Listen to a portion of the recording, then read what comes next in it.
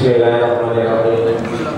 Assalamualaikum warahmatullahi wabarakatuh. Waalaikumsalam warahmatullahi wabarakatuh. Puji syukur kehadirat Robi yang telah memberikan rahmat hidayah serta petunjuknya kepada kita semua. Bahwa pagi hari ini kita telah selesai menjalankan ibadah sholat subuh berjamaah dan sebentar lagi akan dilanjutkan dengan kuliah subuh yang akan dipimpin oleh Al-Mukarram Ustaz Haji Muhammad Subhan SHG.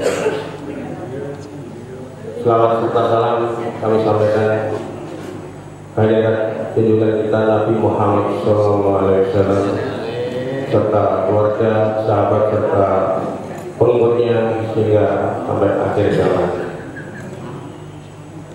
Sebelum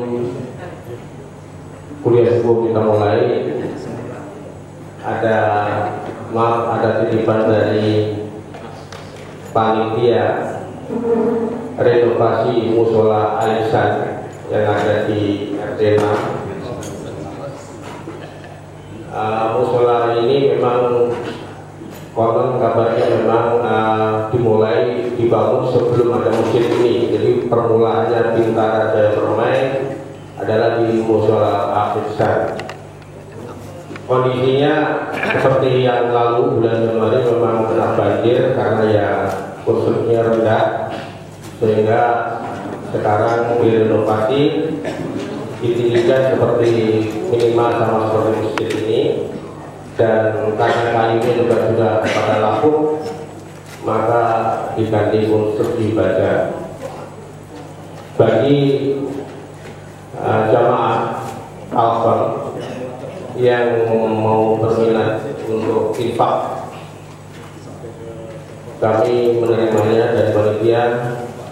Mungkin bisa menghubungi dengan saya, Pak Cito, dan Pak Bambang Sugiarto.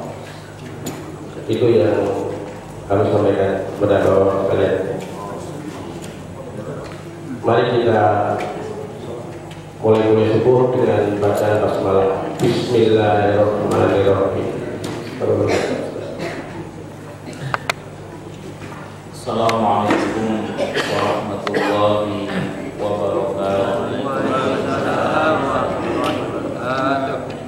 Bismillahirrahmanirrahim. Alhamdulillahirabbil alamin. Wa bihi nasta'inu ala umuri dunya waddin.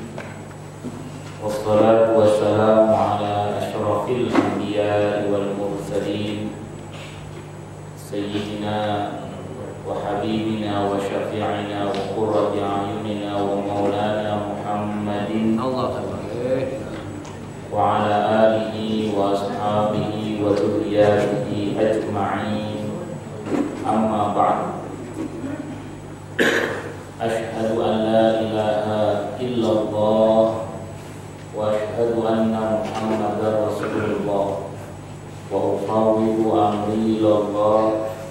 Innallaha basirun bil ibad. Hasbiyallahu la ilaha illa huwa alaihi tawakkaltu wa huwa rabbul arsyil azim. Allah ta'ala fi kitabihil karim hikayatan an nabiyillah Musa alaihi salam. Rabbi shrah li sadri wa yassir li amri wahlul 'uqdatam min lisani yafqahu qawli. Para alim, para asatidz, para asatidzah, para bapak dan ibu sekalian, rahimani wa rahimakumullah. Akhir-akhir ini saya banyak mendapat pertanyaan, di antaranya masalah waris. Maka saya mencoba juga di sini untuk mengulas masalah waris itu, walaupun mungkin beberapa tahun yang lalu saya juga pernah sempat membahas di sini tentang masalah waris. Ini menjadi sangat penting karena waris ini terkait dengan harta yang harus dibagi sesuai dengan ketentuan yang telah Allah tetapkan dalam Al-Quran maupun sunnah Rasulullah Muhammad sallallahu alaihi wasallam dan ijma', agar jangan sampai sepeninggal seseorang itu kita serakah terhadap waris, kemudian tanpa kita sadari atau dengan kita sadari kita ternyata telah memakan hak orang lain yang menyebabkan harta kita tidak barokah. Nauzubillah. Nah, karena waris ini terkait dengan kematian seseorang yang masih meninggalkan harta, maka tidak disebut waris kemudian kalau orangnya masih hidup. Jadi kalau orang yang masih hidup kemudian dilihat anaknya sudah pada gede semua, terus dia berkehendak untuk membagi hartanya semasa dia masih hidup, itu namanya bukan waris. Karena banyak orang yang salah kaprah, karena dihibah oleh orang tuanya dia nyebut warisan, padahal bukan. Nah, kalau waris itu nunggu mati dulu. Kalau ada sisa hartanya baru dibagi secara waris. Tapi kalau orang tuanya masih hidup bukan waris namanya. Bisa hibah, bisa hadiah. Kalau dipesankan semasa hidup untuk dieksekusi setelah mati, itu namanya wasiat. Wasiat ini berlaku untuk yang bukan ahli waris atau ahli waris yang tidak mendapatkan warisan berhala. Itu bisa. Tapi kalau kemudian ada seorang ahli waris, dia mendapatkan hak waris, secara bersamaan dia juga mendapatkan wasiat, yang berlaku atasnya bukan wasiat tapi hukum waris. Karena ayat yang mengatakan al-wasiyatu lil walidaini wal aqrabin, ayat yang menegaskan bahwa wasiat itu untuk kedua orang tua dan kerabat dekat, itu hukumnya sudah dimansuh, sudah dihapus dengan adanya ayat waris. Nah, jadi saya ulang, kalau panjenengan masih hidup begini, panjenengan punya pilihan hukum, boleh dihibahkan dari sekarang atau dituangkan dalam wasiat untuk orang-orang yang tidak mendapatkan waris dari Anda. Seperti misalnya Anda punya anak angkat, punya anak asuh, punya saudara yang tidak akan mendapatkan warisan karena terhalang oleh anak laki-laki misalnya, atau untuk nenek karena dimungkinkan terhalang oleh adanya ibu misalnya, maka dituangkan saja dalam wasiat mumpung masih hidup. Karena kalau sudah mati, kalau tidak ada hibah, tidak ada wasiat, maka tidak ada pilihan lain selain dari harta itu harus dibagi secara waris, karena hukumnya wajib. Itu pada dasarnya. Nah, jadi ini babnya adalah pilihan hukum. Silakan dipilih. Ada sebagian orang yang bertanya kemudian, Ustaz, bukankah hibah itu dibatasi hanya sepertiga? Bukankah hibah itu dibatasi hanya sepertiga? Berarti tetap ada dong Ustaz, dari total harta kita ujung-ujungnya juga harus dibagi secara waris. Maka saya jawab, penetapan hibah hanya sebatas sepertiga itu kalau di jalan Allah dan bukan kepada anak dan istri. Mana dasarnya penetapan sepertiga dalam hibah itu? Hadis dari Sa'ad bin Abi Waqqas radhiyallahu anhu ketika beliau sakit. Ketika beliau sakit, Nabi kita Muhammad sallallahu alaihi wasallam menjenguk beliau. Kata sahabat Sa'ad, ya Rasulullah, yang kau lihat aku sedang sakit parah. Sementara putriku cuma satu dan hartaku banyak. Di hadisnya enggak, kau wasir enggak? Ya kasir, banyak. Harta saya banyak ya Rasulullah. Boleh enggak kalau 2/3 dari harta saya sedekahkan di jalan Allah? Kata Nabi, jangan. Kalau separuhnya ya Rasulullah, jangan. Kalau 1/3 ya Rasulullah, cukup, jangan banyak. Itu sudah banyak. Karena meninggalkan ahli waris, meninggalkan anak dalam keadaan cukup, itu lebih baik daripada meninggalkan mereka dalam keadaan miskin dan karenanya ia meminta-minta. Nah, dari dasar inilah kemudian para ulama berkesimpulan bahwa hibah itu, sedekah, hadiah dan seterusnya itu dibatasi 1/3 kalau kepada selain anak dan istri atau selain kepada ahli waris yang utama, yaitu anak dan istri dalam hal ini.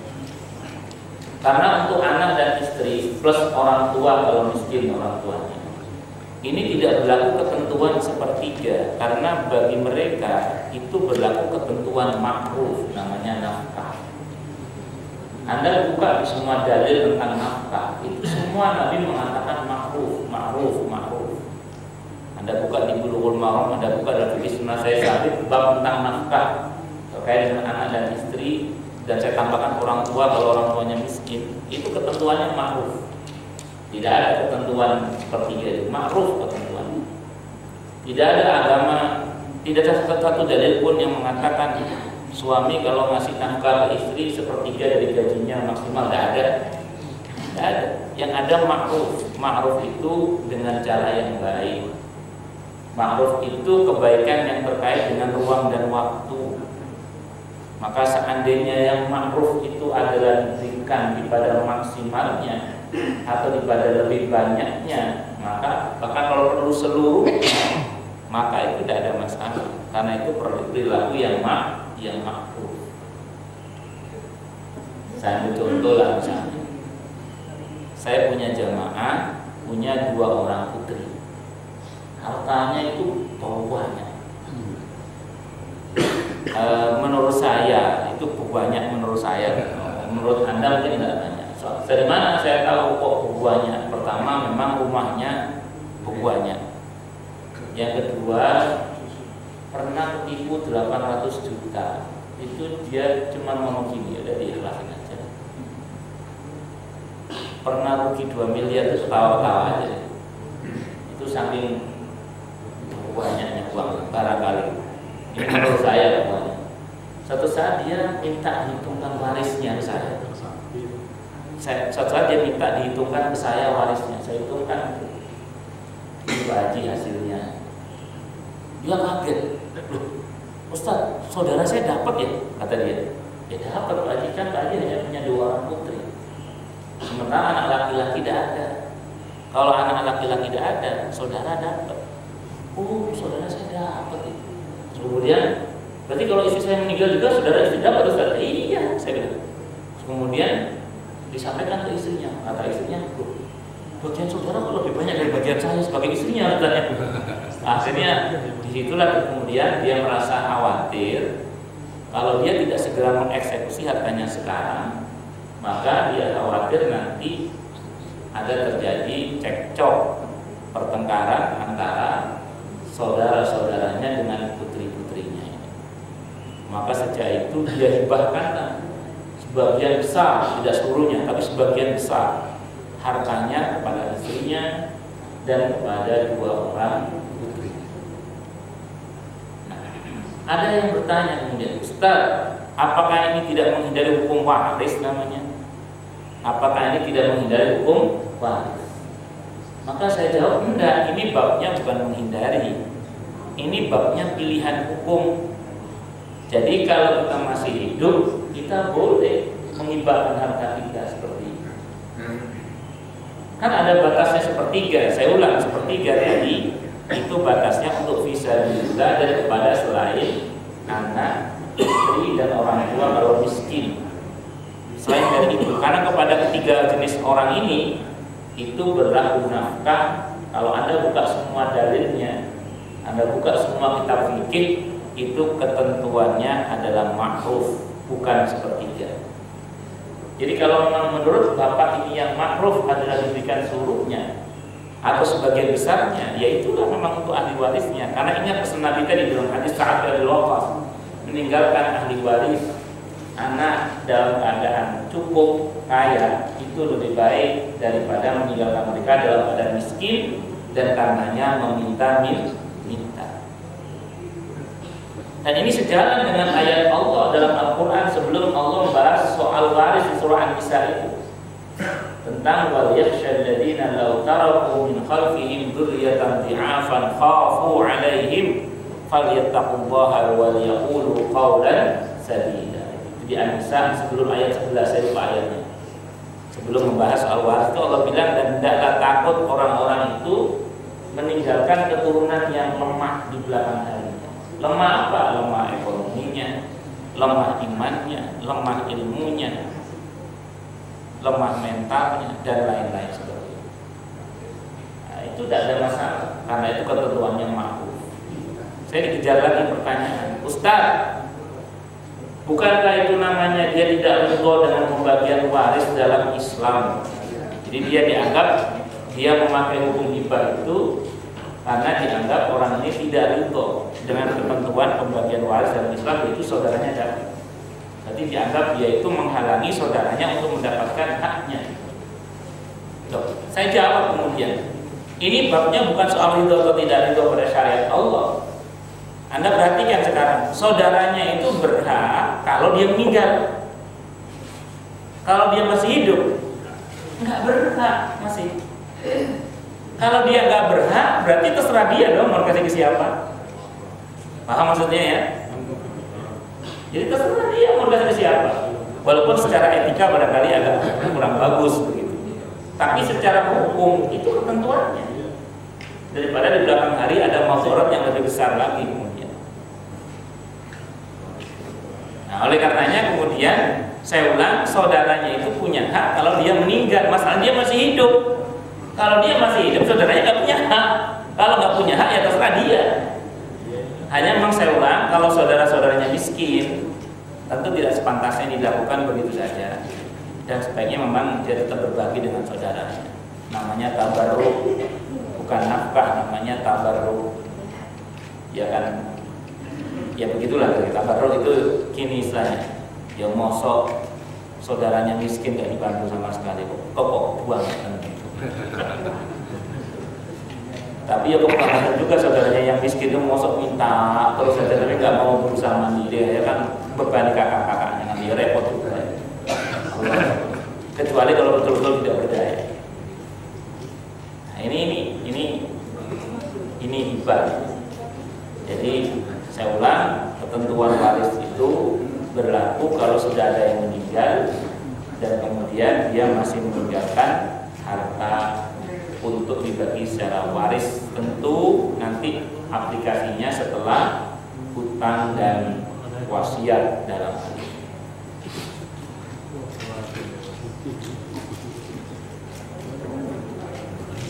Ilmu waris ini di dalam fikih Islam dikenal dengan istilah ilmul faraid. Dikenal dengan istilah ilmul faraid. Faraid ini bentuk jamak dari kata farido.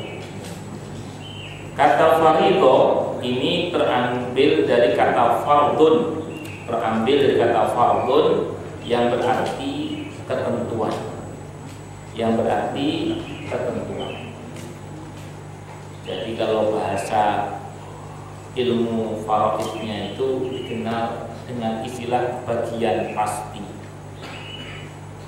Bagian pasti itu namanya farido. Sementara menurut syarak, farad atau faraid atau farido itu adalah bagian yang telah ditentukan untuk ahli waris. zakat itu untuk siapa sudah Allah tetapkan, itu zakat. Demikian juga kalau ada orang meninggal dunia, kok yang meninggalkan harta, untuk siapa harta ini juga telah Allah tetapkan.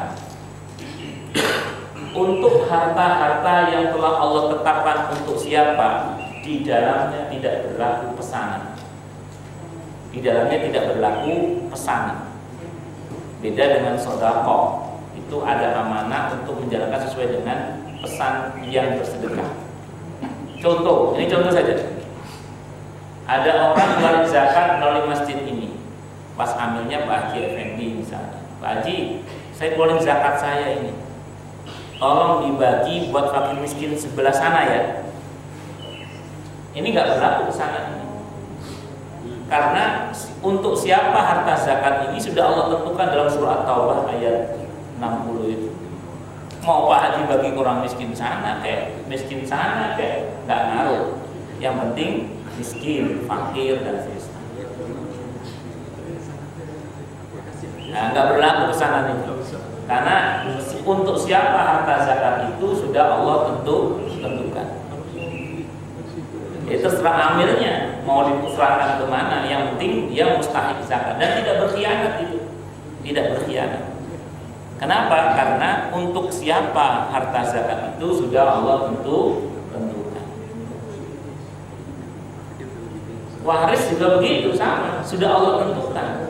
Makanya bahkan wasiat pun dibatalkan kalau ternyata berlaku atas orang yang diwasiat itu waris dan wasiat. Karena hukum wasiat itu dimansuh, dihapus oleh Allah dengan adanya ayat waris.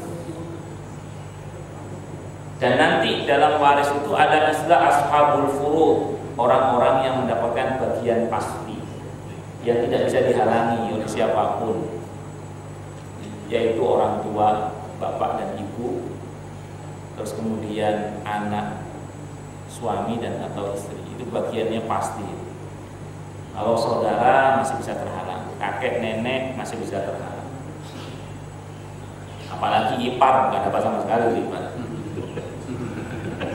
Celakanya kadang yang rese itu ipar. Mau nggak bisa ipar, ya ipar nggak dapat ipar. Beberapa kasus waris yang disampaikan ke saya itu yang rese ipar-iparnya. Mau lebih lagi saya. Padahal ipar itu nggak dapat itu.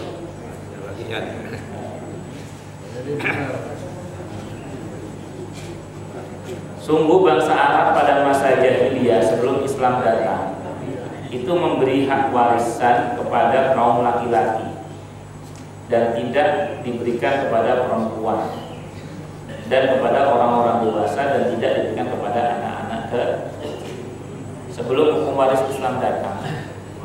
Warisan harta warisan itu hanya dibagi kepada saudara laki-laki, ahli waris laki-laki yang dewasa.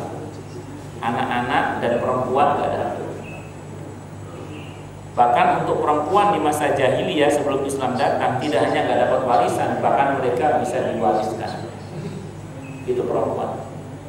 Makanya Islam mengangkat derajat kaum wanita itu bukan dari 0 ke 1, tapi dari minus ke plus 1. Dari minus ke plus 1. Kenapa minus? Karena perempuan bukan hanya nggak dapat warisan, tapi juga bisa diwariskan seperti barang. Maka kemudian begitu Islam datang diangkatlah derajat kaum wanita itu dengan mendapatkan bagian warisan. Ini saja masih menimbulkan gejolak bagi sebagian orang-orang yang liberal dengan mengatakan masalah waris ini harus diamandemen ayatnya karena dianggap menciderai asas atau rasa keadilan, karena ada istilah 2:1. Catat baik-baik, wanita itu dapat bagian 2:1 itu hanya untuk kasus saudara dan anak. Ada saudara laki-laki, saudara perempuan itu baru 2:1. Ada saudara, ada anak laki-laki, ada anak perempuan itu baru 2:1. Tapi di luar kasus saudara dan anak wanita dapat bagian lebih banyak bahkan dari laki-laki. Bapak itu mentok 1/6, ibu bisa 1/3. Anak perempuan sendiri itu separuh menguasai harta waris, sementara bapaknya itu cuma 1/4. Jadi kalau dia yang ngomong itu ngerti waris, sebenarnya enggak juga kalau selalu wanita bagiannya lebih sedikit. Justru daripada banyak ketentuan, bagian wanita lebih banyak. Bagian wanita lebih banyak. Walaupun istri itu kelihatannya bagiannya cuma 1/8, istri itu kan bagiannya cuma 1/8 atau 1/4.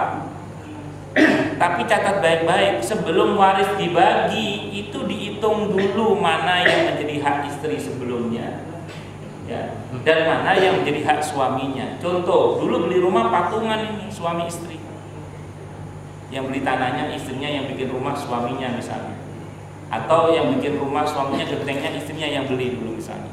Itu dihitung dulu. Apalagi kalau semasa hidupnya suaminya mangkir, gak pernah ngasih nafkah. Loh, itu gak ngasih nafkah. Suami yang dengan sengaja tidak memberikan nafkah kepada istrinya dan tidak pernah terjadi akad kerelaan dari istrinya, itu suami, kalau ada fikih sunnah saya sabik, itu dianggap punya hutang kepada istri. Loh, apa ada Ustaz suami yang gak ngasih nafkah kepada istrinya? Ada.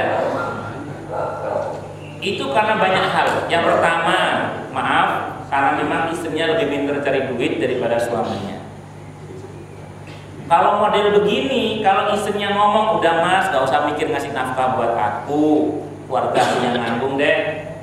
Kalau istri ngomong begitu, berarti suami bebas hutang. Nah, jadi makanya bagi yang tidak mampu, silakan ngomong sama istrinya, ma, relain mah ya, ikhlasin mah ya, gitu. Biar gak jadi hutang. Nah, biar gak jadi hutang. Karena kalau istri nggak rela, walaupun istri lebih kaya, itu hutang. Saya punya teman seorang ustaz nikah dengan pengusaha mebel Jepang. Ya ustaz, berapa sih gajinya dibandingkan pengusaha itu? Terus kata istrinya, wes mas sampai nggak usah mikir nafkah keluarga, itu urusan aku deh. Yang penting kamu dakwah aja deh, kamu dakwah, ajar ngaji aja deh. Terus subhanallah, diikhlasin sama dia. Itu persis seperti Abdullah bin Mas'ud radhiyallahu anhu. Itu istrinya pintar dari duit, Abdullah bin Mas'ud radhiyallahu anhu. Itu yang ngasih sedekah ke suaminya itu istrinya. Kalau istri ke suami namanya sedekah. Kalau suami ke istri namanya nafkah. Apa bedanya? Kalau sedekah tidak wajib. Jadi kalau sewaktu-waktu istri ngambek sama suaminya nggak dikasih jatah, nggak apa-apa, nggak berdosa ya. Tapi kalau kemudian suami ke istri nafkah wajib, nggak boleh ngambek terus dipotong uang nafkahnya. Kalau tidak ada hak dalam Islam nggak boleh. Jadi mesti dihitung dulu. Yang kedua, ada suami yang nggak mau ngasih nafkah ke istrinya itu karena memang double dia nggak ngerti hukum Islam, dan itu terjadi loh itu. Beberapa minggu yang lalu ada seorang ibu-ibu ustadzah datang ke saya menceritakan kasus rumah tangganya untuk ditanya saya secara hukum gitu ya. Bukan sekedar curhat, tapi nanya secara hukum. Karena rupanya suaminya ini dia punya 3 ruko. Terus kemudian dia punya 3 usaha yang juga cukup maju. Pokoknya suaminya kaya lah gitu. Tapi rupanya dari sejak pernikahannya, boleh dikata dari sejak pernikahannya, tidak pernah sekalipun suaminya memberikan uang kepada istrinya untuk makan sehari-hari, termasuk yang dia ikut makan di dalamnya. Istrinya itu nyari makan itu dari ngajar-ngajar ngaji dan dari jualan jilbab yang dia buat sendiri. Yang kadang jilbab itu sehari hanya laku 1, yaitu yang buat makan sehari-hari. Suaminya yang kaya itu ikut makan ya dari uang istrinya, tapi tidak pernah sekalipun ngasih uang belanja, dan istrinya tidak pernah meminta. Saya sudah ngomong gitu, Bu. Tapi saya nggak ngerti lah, kenapa dia nggak mau. Nah, itu sampai segitu-gitunya. Paling dia keluarin duit itu hanya untuk uang sekolah anak-anaknya, tapi tidak mau. Padahal suaminya ini yang ngaji katanya, taklim katanya. Teman nggak tahu dibahas apa tidak bahwa seorang suami itu wajib menafkahi istri. Ini model suami model begini nih. Saya mohon maaf, kalau sampai mati dia meninggalkan harta-harta tadi itu jangan dibagi waris dulu hartanya, bayar dulu utang berapa tahun dia menikah dan berapa harta yang diberikan kepada istrinya sebagai nafkah. Dihitung dulu, nggak boleh langsung dibagi secara waris. Berapa tahun dia tidak berikan nafkah kepada istri. Allah Akbar. Ini harus dipahami ya Bu ya. Jadi nanti kalau suami nggak ngasih nafkah ditagih aja. Ya kalau mau mengikhlaskan itu lebih baik. Nah turunnya ayat waris itu, terutama surah An-Nisa ayat 11 itu, yusikumullahu fi auladikum bidzakari mithlu hadzil unthayain. Ayat itu turun ada sababun nuzulnya. Ada sebab turunnya ayat. Di antara sebab turunnya ayat itu adalah adanya salah seorang sahabat Nabi yang gugur sebagai seorang syahid. Terus kemudian hartanya ini dikuasai oleh paman-paman dari anaknya. Dia punya anak perempuan 2 dan dikuasai hartanya ini oleh paman-pamannya. Istri dan anaknya nggak dapat. Datanglah wanita ini kepada Rasulullah Muhammad sallallahu alaihi wasallam menceritakan kasus keluarganya itu. Apa yang terjadi? Kemudian kata Nabi, nggak sampai beliau menjawab turun ayat tentang masalah waris. Lantas Nabi mengeksekusi ketentuannya itu sesuai dengan ketentuan waris dalam Islam. Maka hati-hati jangan sampai kita menguasai hak-hak orang lain dengan cara mengabaikan masalah waris dalam Islam.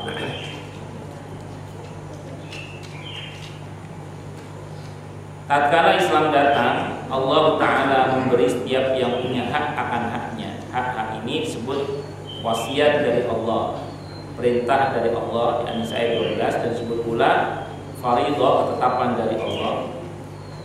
Al-Quran surah An-Nisa ayat 11. Kemudian 2 ayat tersebut dilanjutkan dengan masalah peringatan keras dan ancaman serius bagi orang-orang yang menyimpang dari syariat Allah, khususnya dalam hal warisan, di mana Allah mempertegas di surah An-Nisa ayat 13-14 itu, tilka hududullah wa may yuti'illaha wa rasulahu faqad faza fawzan 'azima wa may yuti'illaha wa rasulahu yudkhilhu jannatin tajri min tahtiha al-anhar khalidina fiha dzalikal fawzul 'azim wa may ya'sillaha wa rasulahu wa yata'adda hududahu yudkhilhu naran khalidan fiha wa lahum 'adzabun muhin. Nah, jadi walahu 'adzabun muhin. Jadi dalam ayat ini diceritakan tentang orang yang mentaati Allah dan Rasulnya. Dalam konteks ayat ini masalah hutang, wasiat, waris. Taat kepada Allah dalam masalah hutang, bayar. Taat kepada Allah dan Rasul dalam masalah wasiat, jangan dikhianati wasiat itu. Ketaatan kepada Allah dalam masalah waris, jangan serakah. Bagi sesuai dengan ketentuan. Kalau ini yang kita lakukan, maka janji Allah untuk orang-orang yang seperti ini akan dimasukkan ke surga. Berarti pahalanya besar. Tapi yang durhaka kepada Allah dalam hal ini, masalah hutang dia mangkir tidak mau bayar, masalah wasiat dia khianati, masalah waris dia serakah, diancam oleh Allah dengan siksa yang menghinakan. Di akhirat pasti kalau dia tidak bertobat kepada Allah, bahkan DP-nya di dunia pun orang yang mengingkari 3 hal ini dihinakan oleh Allah. Perhatikan saja, orang yang nggak mau bayar utang itu dihinakan oleh Allah di dunia ini. Apalagi di akhirat kalau dia nggak bertobat kepada Allah. Orang yang mengkhianati wasiat juga begitu. Orang-orang yang serakah dalam masalah waris juga begitu. Di daerah Bekasi, saya nggak sebut nama masjidnya, itu ada satu masjid yang salah satu imamnya itu serakah menguasai harta warisan adiknya yang punya anak kecil-kecil yang masih yatim, dan celakanya orang ini bahkan haji dari harta anak yatim. Nauzubillah dari dzalik. Orang sekitar kalau dia jadi imam enak. Betul, lihat kelakuannya ini. Dihinakan jadi mata masyarakatnya walaupun dia dipanggil tuan haji. Pernah diusulkan untuk dicopot dari jabatannya sebagai imam karena kelakuannya yang seperti itu. Tapi kemudian tidak bisa dicopot. Kenapa? Karena sistem feodalismenya itu sangat kuat. Di kerajaan kecilnya itu sangat kuat di situ. Allah Akbar, faktor feodalnya. Apa yang terjadi kemudian? Ya, dia nampak dihormati oleh orang yang tidak mengenal dia, tapi orang-orang yang mengenal dia, termasuk masyarakat sekitarnya, enak aja kalau dia jadi imam. Kalau melihat kelakuan sebel. Allah Akbar. Nauzubillah min dzalik. Maka agar kita tidak dihinakan oleh Allah, ayo tepati pembayaran hutang, jangan ingkari wasiat, dan jangan serakah dalam masalah waris. Harta mayit yang sah menjadi warisan itu manakala seseorang meninggal dunia baru disebut dengan waris.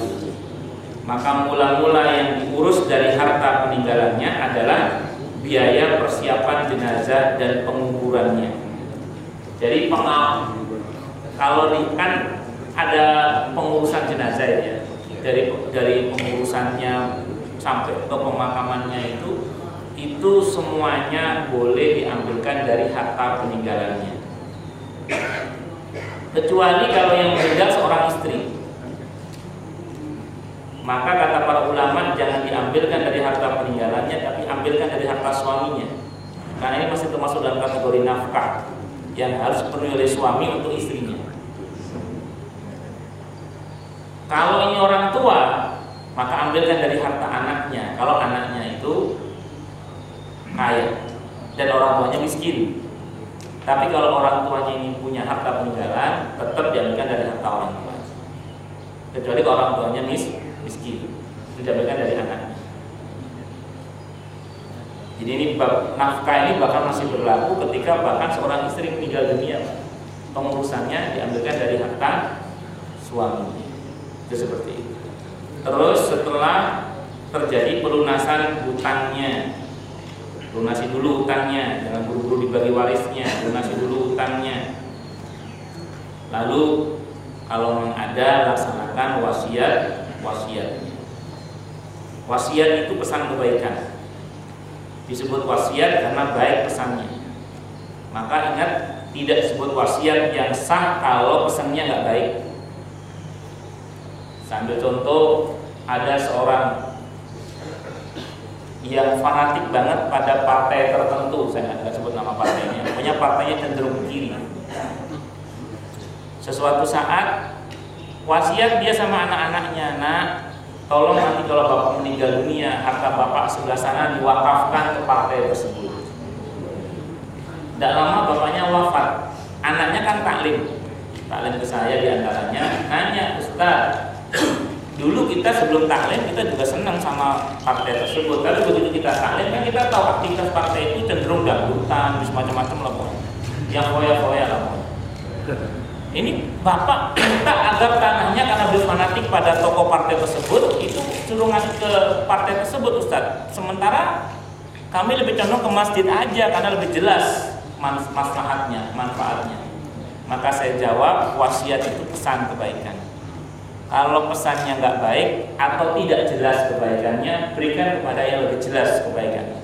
Tidak ada masalah. Boleh. Secara hukum boleh. Seperti wakaf. Ada orang wakaf musola, terus dijadikan masjid. Tidak ada masalah. Karena itu namanya lebih baik. Jadi lebih baik itu tidak apa-apa. Kalau lebih baik, dikasih ke partai nggak jelas, dialihkan ke masjid, itu lebih baik. Tidak ada masalah.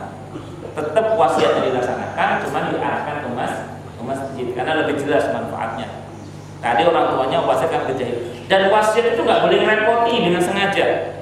Orang tua atau siapapun yang berwasiat tidak boleh dengan sengaja menuangkan wasiat yang merepotkan ahli warisnya. Itu berdosa karena tidak baik itu. rumahnya di Bintara Jaya Permai, minta dimakamkan di pemakaman Jeruk Purut. Terus ngomongnya apa? Saya nggak mau naik mobil, harus digendong. Ini kan wasiatnya ngerepotin. Sudah dimakamkan di Jeruk Purut, digendong lah. Ya Allah, ini wasiat yang nggak benar. Ditinggalkan aja wasiat seperti itu, nggak apa-apa. Itu ya. Kalau itu, kalau yang umum sih gini. Enggak, kalau yang itu memang pernah terjadi, tapi nggak di sini, di kampung saya. Dia pernah dia minta dimakamkan di pemakaman itu cukup jauh pemakamannya. Dia berpesan, saya nggak mau dinaikin ke mobil. Pokoknya saya maunya dipikul. Waduh, itu memang ngerepotin ahli warisnya. Itu nggak boleh, kalau sengaja nggak boleh. Kalau itu berdosa itu yang berwasiat. Mau tuh bilang nggak boleh. Sesudah dipenuhi wasiat, mimba di wasiat yusi biar audain, itu ayat 11-nya. Wallahu a'lam bishawab. Ini masih banyak sebenarnya terkait dengan faktor-faktor yang menyebabkan mendapatkan warisan, yang terhalang mendapatkan warisan dan lain sebagainya, masih banyak. Cuman karena waktu yang terbatas, saya kira ini dulu aja. Semoga sedikit pencerahan ini bisa membuka mata pikiran dan hati kita untuk lebih jernih memandang setiap persoalan, terutama terkait dengan waris, utang, wasiat, nafkah dan lain sebagainya. Saya kira itu. Alhamdulillah, terima kasih Ustaz. Kami persilakan jamaah yang mungkin mau bertanya.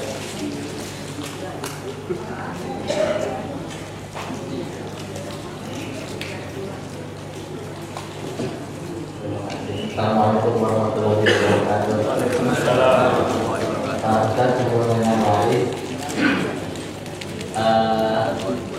sehubungan dengan bahwa tadi hak seorang anak laki-laki 2 kali dari hak orang anak perempuan, Ustaz ya. Boleh nggak dijelaskan misalnya bagaimana seorang ayah misalnya ibunya sudah nggak ada, anak itu sudah mudanya punya anak 1 laki-laki 5 perempuan.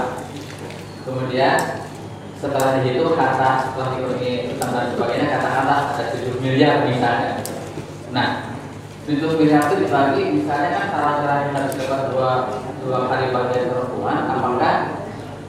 Apakah jadi 2/3 kali 7 miliar tadi, atau si harta itu dibagi 7 dulu karena anak perempuan 5, anak laki 2 jadi 7. Kemudian anak laki-laki 2 dapat 2/7 kali 7 juta, anak perempuan berarti kan masing-masing dapat 1 jadi 5 juta. Ya, apakah tadi itu 2/3 kali 7 baru sisanya yang 1/3 diberi ke perempuan? Apakah begitu? Langsung saja dulu ya. Jadi yang ngerti matematika siapa? Nah, ada di bagian itu. Nah, jadi Bapak datang, kalau saya punya kalkulator waris, jadi ada kalkulator waris memang.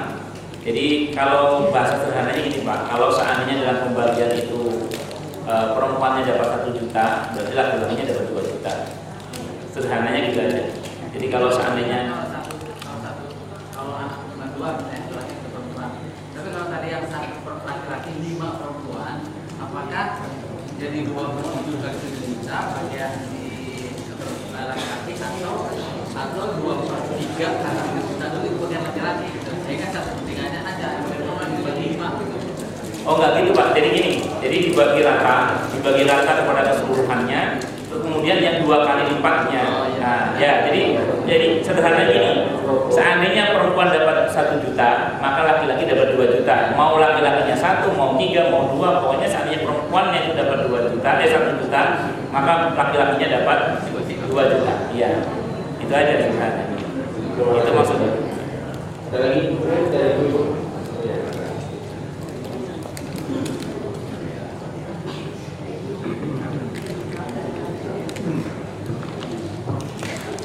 Bismillahirrahmanirrahim. Assalamualaikum warahmatullahi wabarakatuh. Waalaikumsalam. Kita menanyakan masalah ada seorang suami punya istri 4.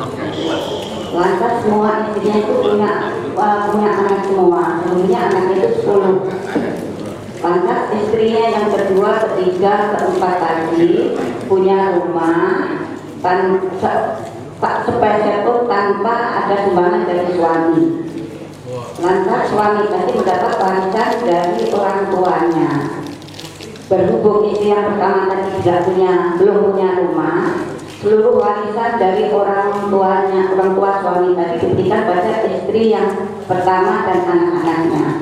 Yang mau tanyakan ialah, apakah istri yang kedua, ketiga, keempat dan anak-anak tidak berhak menerima warisan? Terima kasih Ustaz. Assalamualaikum warahmatullahi wabarakatuh. Istri karena 3, kalau 1 iswan, kalau 4 ispor. Jadi ini 4, jadi ada istri 4, istri pertama, kedua, ketiga, keempat itu semua dapat warisan. Kalau dia punya harta sendiri, tentu hartanya sendiri itu tidak usah dibagi secara waris kalau suami meninggal, karena itu adalah hak pribadi istri kedua, ketiga, keempat.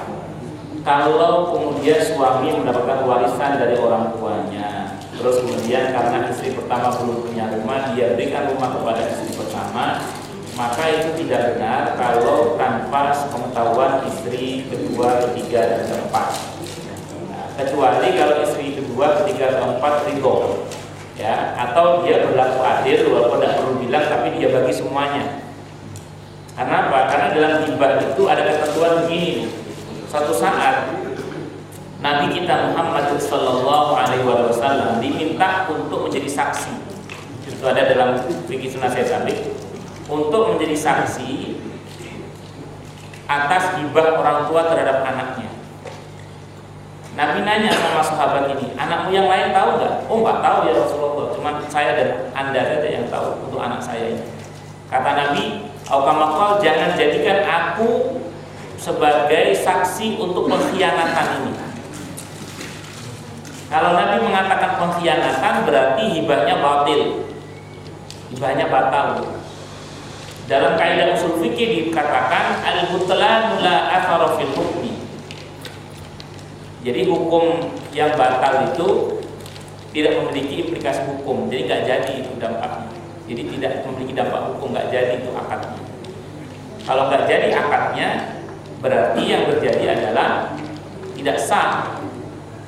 Jadi hibah suami kepada seorang istri tadi itu, kalau tanpa sepengetahuan istri yang lainnya atau tanpa seizin istri yang lainnya, sembunyi-sembunyi lah istilahnya, maka hibahnya itu bisa tidak sah dalam pandangan agama, kecuali dia ngomong ke istri-istri yang lainnya dan istri-istri yang lainnya merelakan, mengikhlaskan, atau dalam pertimbangan yang benar menurut syariat, maka tidak ada masalah.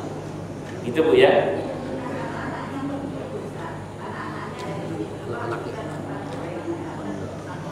Iya, kalau memang itu anak dari sang suami dan suami itu meninggal, maka anak-anak semuanya mendapatkan warisan, semuanya. Kalau memang itu anak dari sang suami. Tapi kalau itu anak bawaan istri, memang sebenarnya dia janda misalnya, maka dia tidak mendapatkan. Jadi anak tiri itu nggak dapat, anak tiri nggak dapat. Itu Bu ya. Allah soal. Ya, ada lagi silakan. Mungkin lagi.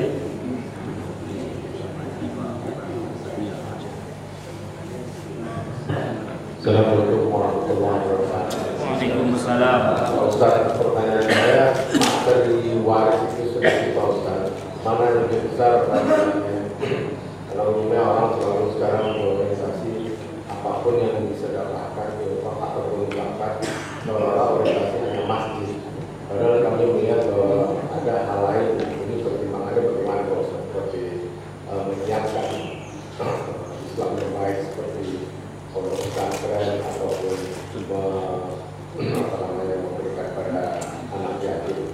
Apakah ini bagian bisa merupakan bagian dari waris? Apakah bagian dari itu?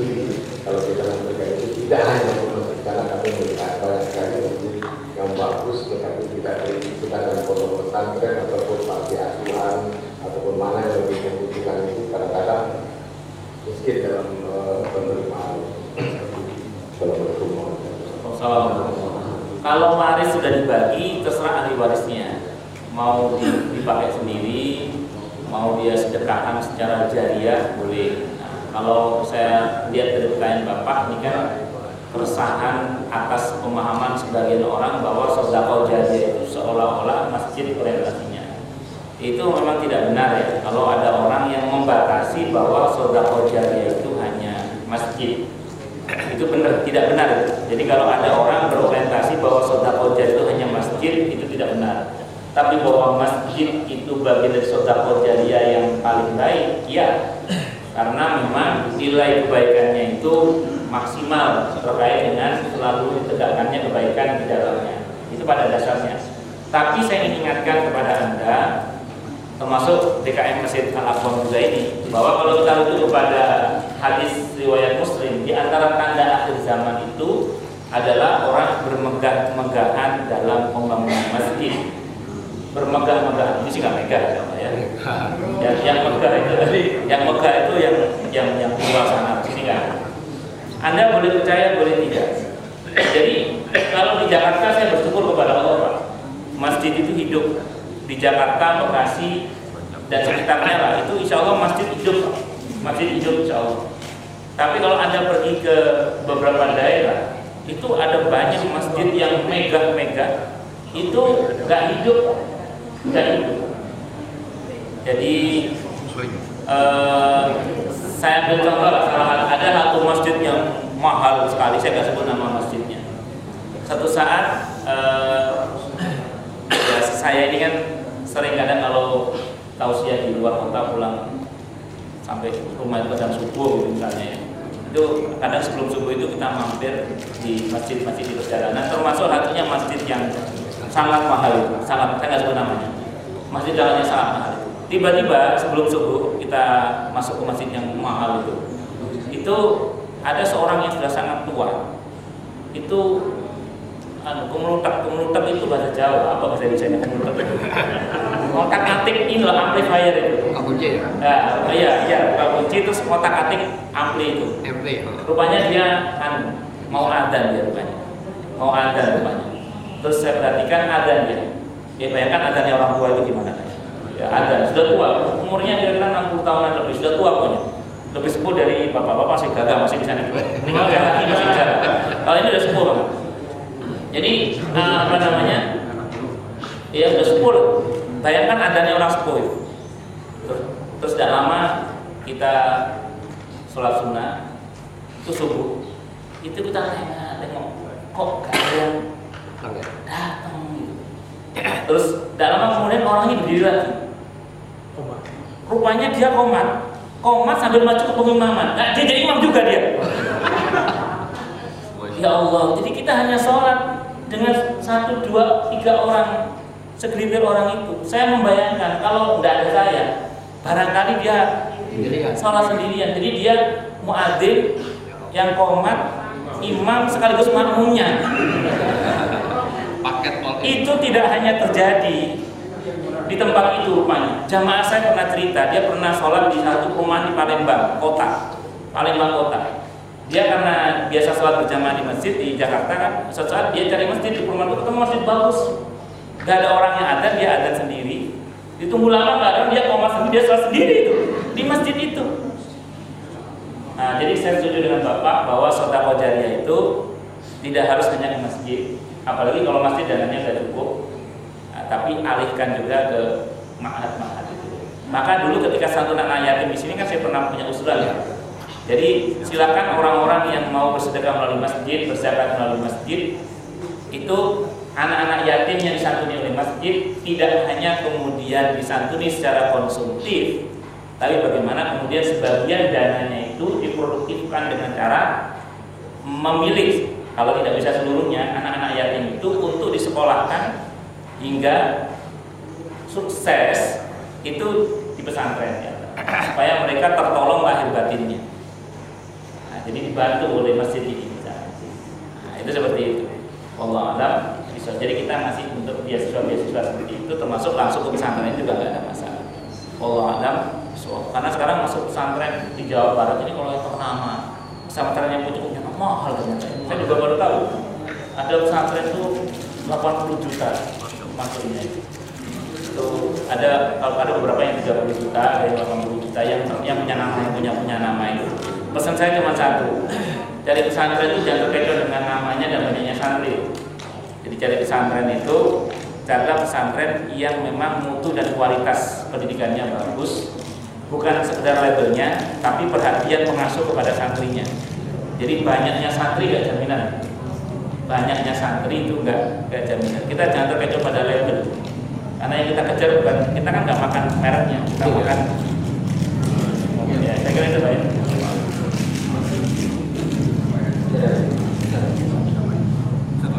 Ngomong-ngomong sekarang.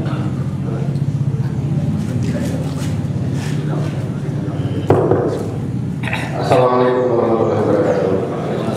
Pak Ustadz yang kami hormati, menarik sama Bapak Adi mengenai masalah wanita. Tadi Bapak mengatakan bahwa masjid bisa hidup, Pak. Alhamdulillah Pak, memang pimpinan Pak Dudung ini cukup banyak kegiatan yang bisa hidup dan seluruh juga banyak kegiatan. Alhamdulillah Pak. Saya ingin menanyakan masalah wasiat. Wasiat itu memang kadang-kadang merepotkan orang juga Pak. Kalau sebelum meninggal terlalu banyak dia ucapan-ucapan yang harus ditaati begitu. Nah, ini kejadian di daerah saya. Orang daerah saya itu orang Palembang, Pak. Meninggalnya di Palembang. Meninggalnya Pak ya. Tapi jauh sebelum meninggal, dia sudah berpesan, tolong dikuburkan di Jawa Barat, Pak. Nah, ini masalahnya. Ini pesan kepada istrinya, kepada anak-anaknya. Saya tidak sebut namanya, Pak. Beliau ini mungkin sudah tahu semua ya, yang membuat jalan tol di Jakarta itu, tol di Pularan yang kita lihat sekarang itu beliau lah yang membuat itu. Nah, ada kuburan, saya lupa namanya, mungkin Bapak ingat, ada kuburan di Kerawang itu, kuburan mewah itu. Santiago. Santiago. Nah, Santiago itu kuburan sangat mewah. Dia sudah besar jauh sebelum meninggal, setahun sebelumnya itu. Ketika saya meninggal, kuburkan di Santiago. Sudah dibayar itu Pak. Sudah sekitar 300 juta saya katakan angkanya cuma besar kuburan itu. Nah, ketika meninggal di Palembang, bapaknya bilang, ini putra daerah asli orang Palembang, kok jauh-jauh banyak, jauh-jauh sekali kubur di Jawa Barat. Bertengkarlah Pak antara istri dan keluarganya kepada ini. Nah, pertanyaan saya kepada Bapak, wasiat seperti kata-kata seperti itu yang mana yang berpatuhi? Tapi sekarang ini yang dipatuhi adalah pihak istrinya, jadi kuburan di Santiago, Pak, bukan di Palembang. Padahal dia berada di Palembang. Nah, ini pertanyaan saya, kejadian seperti ini ya mudah-mudahan kita banyak pesan-pesan lah kita reporkan Pak. Kalau tidak nanti meninggalkan yang banyak pesan, bagaimana ini punya Allah itu menurut saya itu semua sama Pak. Jangan dibakar aja Pak, kalau menurut Islam kan dibakar berbeda dengan agama lain. Terima kasih Pak. Wassalamualaikum warahmatullahi wabarakatuh. Saya pernah pimpin pemakaman di Pondok Kelapa ini. Orangnya tinggal di Belanda. Lama tinggal di Belanda, dia berwasiat minta dimakamkan di Indonesia, Jakarta. Itu keluarganya bawa dari jenazahnya dari Belanda ke Jakarta. Itu dibalsem supaya nggak membusuk. Itu lebih repot lagi dari Belanda ya, itu terjadi. Nah, jadi gini intinya untuk kasus seperti Bapak ini tolong diingat baik-baik untuk kita semua. Jenazah itu sebaiknya segera dimakamkan. Saya setuju dengan pendapat Bapak tadi bahwa sudahlah kita nggak usah buat wasiat yang aneh-aneh, dimakamkan di kampung di mana dekat jenazah ibunya, sudah usah gitu lah. Karena jenazah kita nanti pada akhirnya itu menginginkan agar kita segera dimakamkan, memang kalau kita adalah orang yang baik. Makanya sunnah mempercepat pemakaman itu sunnah, jangan ditunda-tunda. Nah, kalau di Jakarta kan ditunda, masih ada perjalanan yang jauh kan. Nah, maka saya bilang jangan jahil membuat wasiat yang aneh-aneh itu. Jadi kalau saya meninggal di Mekah, kita makamkan di Mekah saja, di mana saja itu nggak ada masalah. Karena dimanapun kuburannya atau alam barzahnya ya satu. Itu aja, itu satu. Yang kedua, dalam kasus tadi sebenarnya dalam kasus tadi kalau dipandang oleh pihak keluarga ini merepotkan dan menyusahkan, maka wasiat itu batal dengan sendirinya. Karena ingat, kalau wasiat itu dipertimbangkan oleh keluarganya termasuk wasiat yang merepotkan, maka dia termasuk dalam kategori yang batal sebenarnya. Tapi kalau maaf keluarganya memang dia sangat kaya, tidak merasa keberatan dengan itu, walaupun saya termasuk yang tidak setuju dengan wasiat itu, akan tapi secara hukum tindakan istrinya juga bisa dibenarkan. Tidak ada masalah. Jadi tindakan istrinya juga bisa dibenarkan. Walaupun dalam kasus orang ini pendapat dari pihak keluarga itu juga benar, karena sunnahnya jenazah itu sebaiknya segera dimakamkan. Tapi saya ulang sekali lagi, kalau memang bagi keluarga istri terutama ya merasa tidak keberatan sama sekali karena memang kecil atau apa itu, apalagi dia seorang kontraktor misalnya, banyak uangnya misalnya, ya silakan saja, tidak ada masalah. Cuman saya ulang sekali lagi, tolonglah yang masih hidup ini jangan membuat wasiat yang aneh-aneh. Itu aja. Terima kasih, saya kira cukup.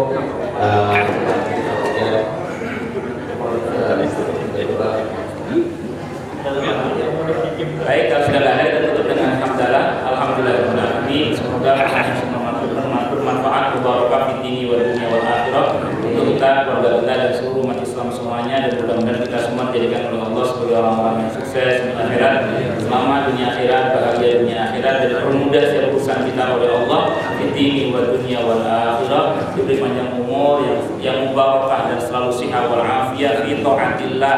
Amin Allahumma amin insyaallah. Subhanakallahumma bihamdika asyhadu an la ilaha illa anta